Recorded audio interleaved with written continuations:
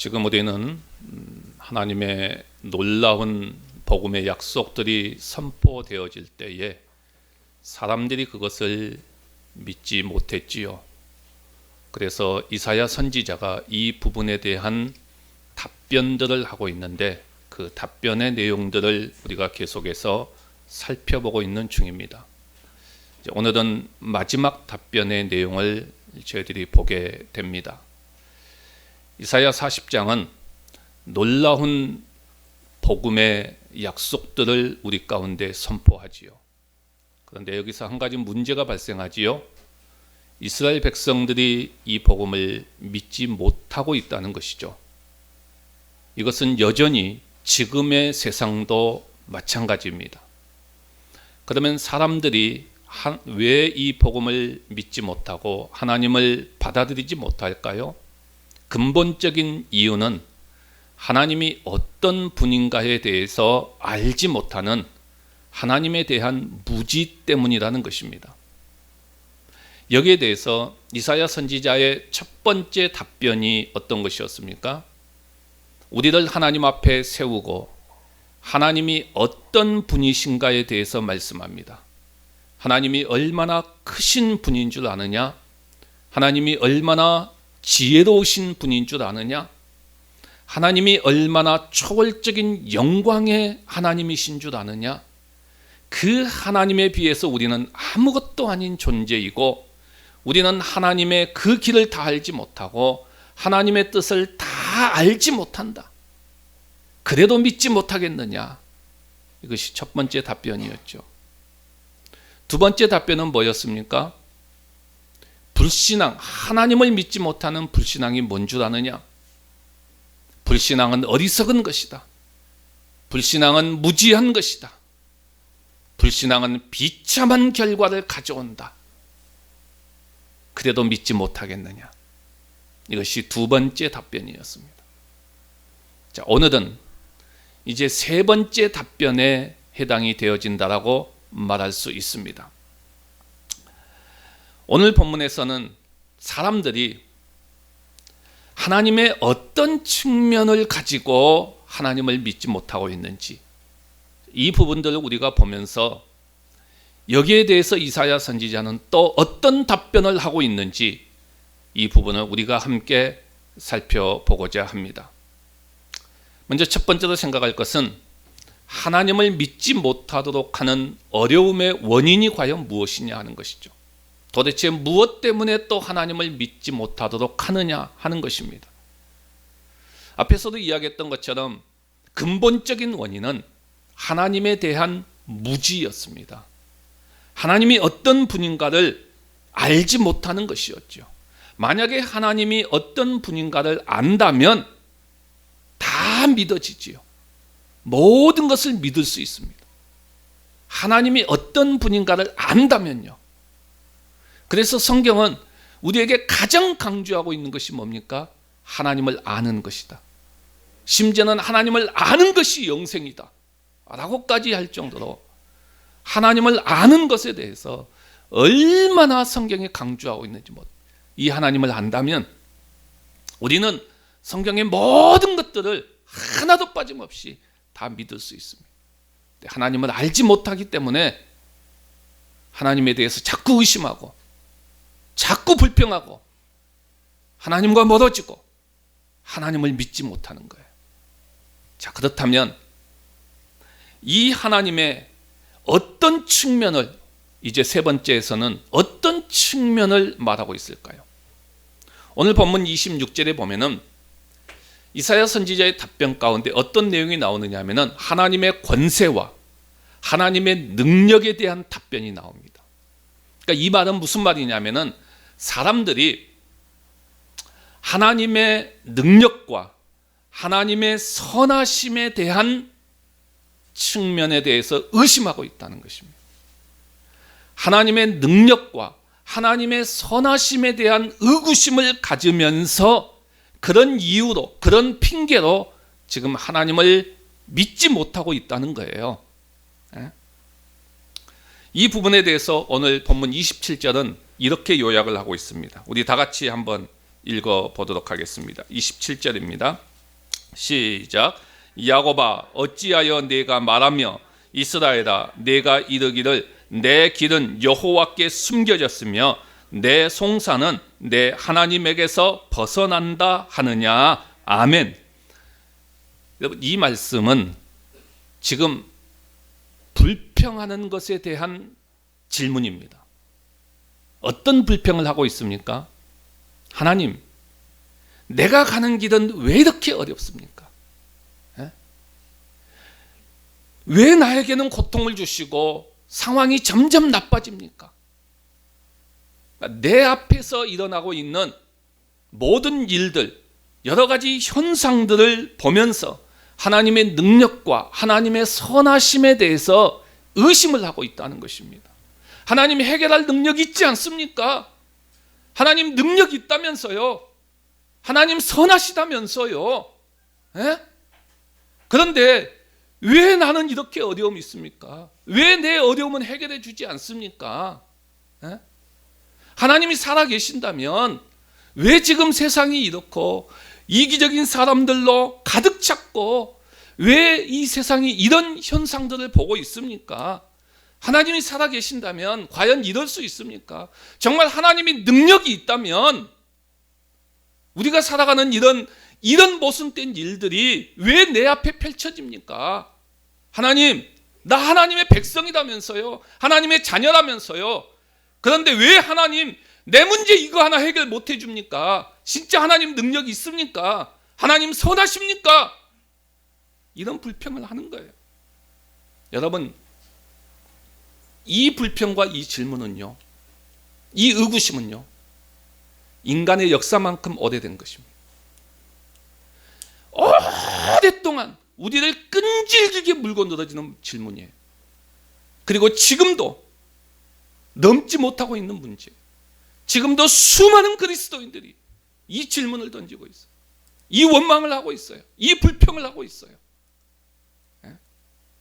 그래서 하나님을 믿지 못하겠다는 것입니다. 하나님의 선하심과 하나님의 능력을 의심하면서 정말 하나님이 능력이 있다면 이럴 수 없다. 정말 하나님이 선하시다면 이럴 수 없다. 하나님은 없다. 나 하나님 믿지 않는다. 여기에 수많은 사람들이 넘어지는 거예요. 자, 그러면 두 번째로 생각할 것은 여기에 대한 이사야 선지자의 답변은 뭡니까? 어떤 답변을 하고 있습니까? 이번의 답변은 하나님의 성품에 있다는 것입니다. 하나님의 성품에 있다. 우리의 모든 문제는 하나님을 알지 못하는 무지에서 비롯된다는 거예요. 그런데 특별히 어떤 것이냐? 하나님의 성품을 알지 못한다는 거예요. 그래서 이 하나님의 성품에 대한 답변을 하고 있는데 세 가지 성품을 우리에게 말해주고 있습니다. 세 가지 성품을 가지고 답변해 줍니다. 첫 번째는 하나님의 거룩하심입니다. 하나님의 거룩하심이에요. 여러분, 오늘 본문 25절 말씀 우리 한번 같이 읽도록 하겠습니다. 25절 말씀. 자, 시작. 거룩하신 이가 이르시되 그런즉 너희가 나를 누구에게 비교하여 나를 그와 동등하게 하겠느냐 하시니라. 아멘. 여러분, 여기서 우리가 주목해야 될 하나님의 성품이 한 가지 나옵니다. 뭐라고 말합니까? 거룩하시니. 거룩하시니. 여러분, 우리가 어떤 문제에 직면할 때마다 성경이 하나님에 대한 대답을 해줄 때 반드시 첫 번째로 나오는 대답이 이것입니다. 하나님은 거룩하시다. 하나님은 거룩하시다. 이 답변을 해주고 있습니다. 성경은 하나님의 거룩하심을 논쟁하지 않습니다. 선포합니다. 뭘 보셔야 되느냐 하면은 지금 이사야 선지자가 답변하는 것은 이겁니다. 거룩하신 하나님과 그렇지 못한 우리, 이걸 대비시키죠. 다시 한번 설명해 볼까요? 거룩하신 하나님 앞에서 거룩하지 못한 인간이 뭘 그렇게 뭐라고 짓거리냐 이거예요. 그 답변이에요. 그 답변이에요. 여러분, 그렇다면 거룩하다는 말은 무슨 말이죠? 말할 수 없이 의롭다는 것입니다. 말할 수 없이 의롭다. 하나님은 진리요 빛이요, 하나님이 하시는 모든 일은 진리요 공평이요 정의라는 것입니다. 그런데 우리의 문제는 뭐죠? 이 중에 한 가지도 우리가 제대로 알지 못합니다. 하나님의 거룩하심, 여러분 다 이해할 수 있어요? 하나님의 진리 다 알 수 있어요? 하나님이 빛이시다, 하나님이 정의시다, 하나님이 공평하시다, 알 수 있어요? 모릅니다. 누가 알아요? 먼지만큼이나 알까요? 다 몰라요. 이게 우리의 모습이에요. 이게 우리라는 것입니다. 그러니까 출발 자체부터 달라요. 무슨 말이냐? 하나님은 항상 거룩함으로부터 출발합니다. 거룩함으로부터. 근데 우리는 거룩함으로 출발하지 않아요. 우리의 행복으로부터 출발합니다. 우리의 생각을 좌우하는 것은 이기주의예요. 내 생각을 좌우하는 것은 대부분 다 이기주의예요. 그리고 자기중심주의입니다. 이것에 따라서 내 생각이 움직이는 것입니다. 우리는 거룩함을 추구하지 않습니다. 편안함과 안락함을 추구해요. 우리를 즐겁게 해주는 것들에 따라 움직여요. 나의 행복과 평안의 각도에서 바라봐요. 자신의 이익에 따라 움직입니다. 그렇지 않은 사람 있나요? 그렇지 않은 사람은 아니라고 한번 항변해 보세요. 없어요. 여기서 우리는 반드시 충돌이 일어납니다. 거룩하신 하나님과 그렇지 않는 우리 사이에서 충돌이 일어날 수밖에 없어요. 좀 더 이야기해 볼까요? 하나님은 진리요 거룩입니다. 그런데 우리 안에는 탐욕과 욕심과 탐심으로 가득 차 있습니다. 정욕의 지배를 받고 있습니다. 세상의 좋은 것들을 전부 가지고 싶어 합니다. 만사를 자기 방식대로 하고 싶어 합니다. 우리는 공평을 말하기 싫어합니다. 우리는 형벌을 말하기 싫어합니다. 하나님의 형벌을 말하는 그 자리에 교묘하게 하나님의 사랑을 집어넣습니다. 그러면서 빠져나갑니다. 어떻습니까? 충돌이 일어날 수밖에 없지요. 이렇게 충돌이 일어날 수밖에 없는 상황 속에서 잘 들으세요. 거룩하지 않는 자기의 관점에서 나에게 만족과 나에게 행복이 주어지지 않고 내 수가 틀릴 때에 하나님 그럴 수 있어요? 하나님 정의롭습니까? 하나님 공평합니까? 하나님 능력 있다면서요? 하나님 선하시다면서요? 이러고 있다는 것입니다. 우리가 이러고 있다는 거예요. 이 모습을 보라는 것입니다. 거룩하지 않는 내 관점을 가지고 거룩하신 하나님 앞에 삿대질을 하고 있다는 거예요. 지금 이사야 선지자가 그 이야기를 하고 있습니다. 그래서 조금 더 내 마음대로 되지 않으면, 내 생각대로 되지 않으면 하나님, 내가 가는 길은 왜 이렇게 힘듭니까? 하나님, 왜 나에게 이런 고통을 주십니까? 하나님, 이 문제 해결하지 못합니까? 그렇게 하나님을 향해서 원망하고 불평하고 오해하고 하나님과의 관계가 틀어지고 하나님과 멀어지고 하나님을 믿지 않는다는 것입니다. 여기에 대해서 이사야 선지의 답변은 뭡니까? 그냥 웃는 거예요. 웃으면서 야야야, 하나님은 거룩하셔, 너와 달라, 이렇게 답변한 거예요. 하나님은 거룩하셔, 거룩하시다니까, 너하고는 달라. 이걸 인정해. 이걸 인정해. 지금 이렇게 말하는 거예요. 거룩하지 못한 나의 관점, 거룩하지 못한 나의 잣대, 이걸 가지고 이런저런 핑계를 가지고 하나님을 믿지 못하는 어리석은 자가 되지 말라는 거예요. 네? 이것이 바로 첫 번째 답변입니다. 두 번째 답변은 뭔 줄 아십니까? 하나님의 전지전능하십니다. 하나님의 전지전능하심.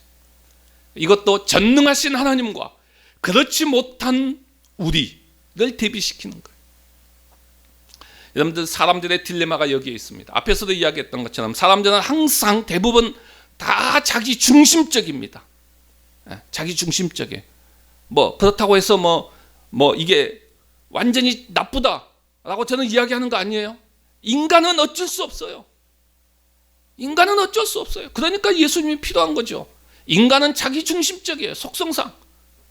그래서 자기 중심적으로 생각하고 자기 중심적인 관점을 가지고 바라봅니다. 그런데 문제는 뭐냐 하면 문제는 그 다음이 문제예요. 하나님을 바라볼 때도 이런 관점을 가지고 바라본다는 거예요. 하나님을 바라볼 때도 자기 관점을 가지고 바라봐요. 자기 중심적인 관점을 가지고 바라본다는 것이 문제인 거예요. 그래서 자기의 생각의 범주 안에 있는 하나님, 자기의 이해의 범위, 이 조그마한 머리를 가지고 자기가 이해할 수 있는 그 범위 안에 있는 하나님으로 이해하고 있다는 거예요. 그 관점에서만 보고 있다는 것입니다.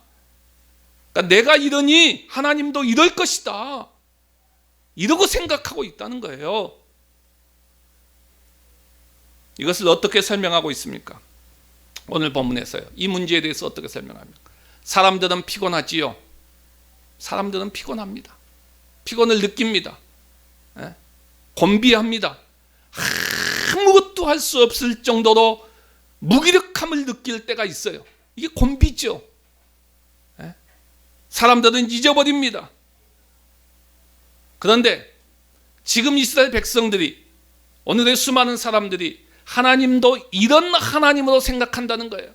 하나님께서 수많은 약속들을 우리에게 주셨지만은 이제 하나님께서 피곤하셔서 그 약속들을 이룰 힘도 없고 그럴 능력도 없고 하나님이 지금 무기력증에 빠져서 그런 모든 것들을 할 수 없는 분이시고, 하나님이 우리에게 수많은 약속들을 했지만 그 모든 것들을 다 잊어버렸던 하나님, 그런 하나님으로 지금 생각하고 있다는 거예요. 여기에 대해서 이사야 선지자가 뭐라고 답변합니까? 26절입니다. 다 같이 읽어봅니다. 시작. 너희는 눈을 들어 높이 들어 누가 이 모든 것을 창조하였나 보라. 주께서는 수요대로 만상을 이끌어내시고 그들의 모든 이름을 부르시나니 그의 권세가 크고 그의 능력이 강함으로 하나도 빠짐이 없느니라. 28절 시작. 너는 알지 못하였느냐? 듣지 못하였느냐? 영원하신 하나님 여호와 땅끝까지 창조하신 이는 피곤하지 않으시며 곤비하지 않으시며 명철이 한이 없으시며. 아멘. 뭐라고 말합니까? 우리 하나님은 절대로 그런 분이 아니라는 것입니다. 모든 것을 창조하신 분이 아니냐? 그리고 지금 그것들을 섭리하고 계신 분이 아니냐? 모든 만물에 대해서 하나하나 이름을 부르고 있지 않느냐? 전지하신 하나님이, 전지하신 하나님, 모든 것을 알고 계신 하나님. 신약의 표현대로 말하면 우리의 머리털까지도 다 세고 계시는 하나님, 우주의 주인께서 참새 한 마리도 땅에 떨어지는 것에 관심을 가지고 계시는 하나님이라고 말하는 거예요. 전지하신 하나님이라는 겁니다. 그리고 권세가 크고 그의 능력이 강하여 하나도 빠짐이 없느니라. 그는 절대로 피곤을 모르는 분이다. 그는 절대로 곤비하지 않는 분이시다. 전능하신 하나님을 말합니다. 하나님의 능력을 조금 더 의심하지 말라는 거예요. 오늘 우리 앞에 일어나는 현상들을 보면서 하나님의 의구심, 능력에 대한 의구심을 가지고 하나님을 믿지 못하는 그런 어리석은 자가 되지 말라는 것입니다. 이게 두 번째 답변. 세 번째 답변은 뭡니까? 하나님의 영원한 지혜. 하나님의 영원한 지혜를 말합니다. 명철이 한이 없으시며, 명철이 한이 없다는 거예요. 명철이 한이 없으신 하나님과 그렇지 못한 우리의 모습을 보라는 것입니다. 우리가 세상에서 일어나는 일들을 보면서 이해하지 않는다고 불평하고 의문을 품는 것이야말로 너무나 어리석은 것입니다. 우리는 너무나 작습니다. 우리는 그저 한 모퉁이도 이해하지 못합니다. 우리가 이해하지 못하는 모든 모든 것에 대해서는 성경은 분명하게 이야기합니다. 하나님의 목적이 있다. 하나님의 계획이 있다. 이게 성경의 이야기입니다. 내가 이해하지 못한다 할지라도 거기에는 하나님의 목적이 있다. 하나님의 계획이 있다는 것입니다. 우리는 그 길을 잘 모릅니다.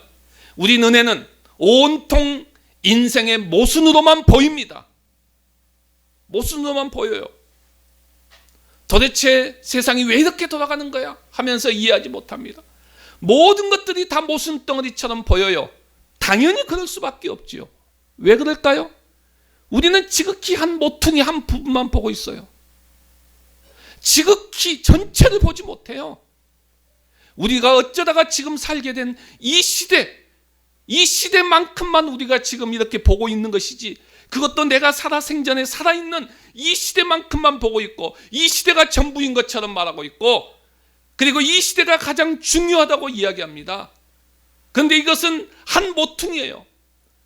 지금 이 시간이 나에게 제일 중요하다고만, 이것만 우리는 보고 있어요. 그런데 이것은요, 우리 아버지 시대에도 그렇게 이야기했고요, 우리 할아버지 시대에도 사람들이 다 그렇게 이야기했어요.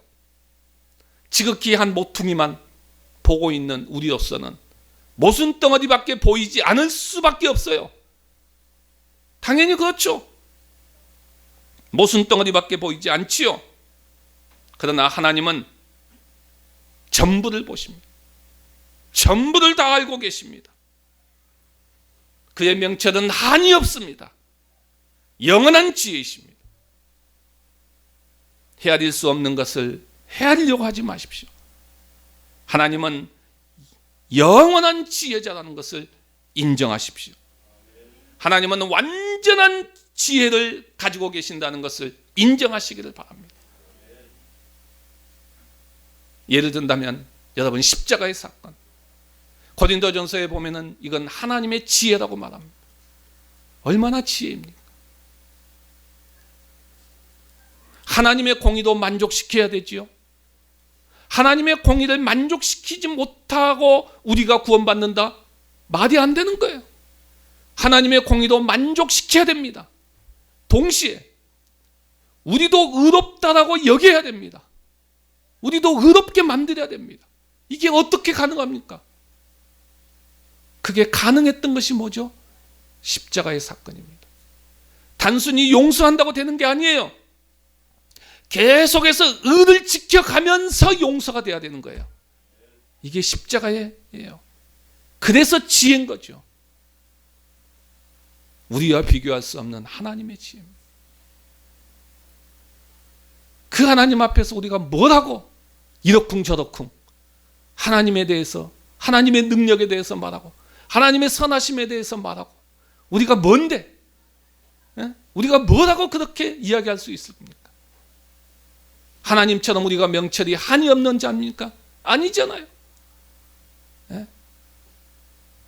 조금만 움직이면 피곤을 느끼고, 조금만 어려움 당하면 곤비하고, 조금만 하면 넘어지고 쓰러지고, 어제 일도 잘 기억이 안 나고, 그런 우리들이 뭘 하나님 앞에서 이러쿵저러쿵 하나님의 선하심을 말하고, 하나님의 인자하심, 하나님의 능력에 대해서 잘못됐다고 말하고, 불평하고 비판하고, 우리가 뭘 그럴 수 있느냐 하는 존재라는 거예요.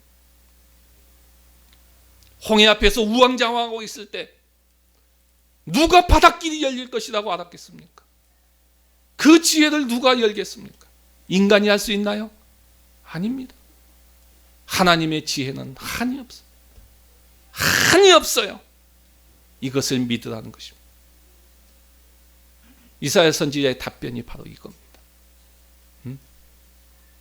우리가 하나님의 능력에 대한 의구심을 가지고, 하나님의 선하심에 대한 의구심을 가지고, 내 삶에 대해서 불평하고, 내가 당면한 모든 문제들을 가지고 불편할 때 불평하고, 하나님과 멀어지고, 하나님을 오해하고, 하나님과의 관계가 틀어져 가고, 기쁨으로 신앙생활하지 못하고 늘 하나님 한쪽에 팽개쳐 놓고 살아가고 있는 우리에게, 너 그렇게 하나님 모르냐?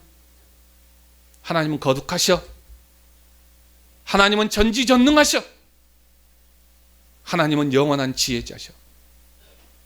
너 그렇게 하나님 몰라? 하나님 못 두고 너 지금 그러고 있냐? 하나님 못 두고 지금 너 그 모양 그렇게 신앙생활 하냐? 이 답변이에요. 이 답변이에요. 지금 이사야 선지자. 그러면 마지막으로, 그렇다면 이제 우리는 어떻게 해야 될까요? 이사야 선지자는 그동안 사람들이 복음을 받아들이지 못하고 하나님을 믿지 못하는 이유가 무엇인가에 대해서 이야기를 했습니다. 그리고 여기에 대해서 이사야 선지자는 근본적인 이유는 하나님에 대한 무지다. 그러면서 이 하나님이 어떤 분이신가에 대해서 차근차근 설명해 줍니다. 그리고 우리도 하여금 믿을 수 있도록 도와줍니다. 그리고 그 하나님에 대한 모든 설명을 끝내고 나서 이제 우리가 어떻게 해야 될 것인가에 대해서 분명하게 말씀해 주고 있습니다. 어떻게 말씀하고 있는지 우리 성경을 보십시다. 29절에서 31절 말씀까지 우리 다 같이 한 목소리로 읽어보도록 하겠습니다. 시작.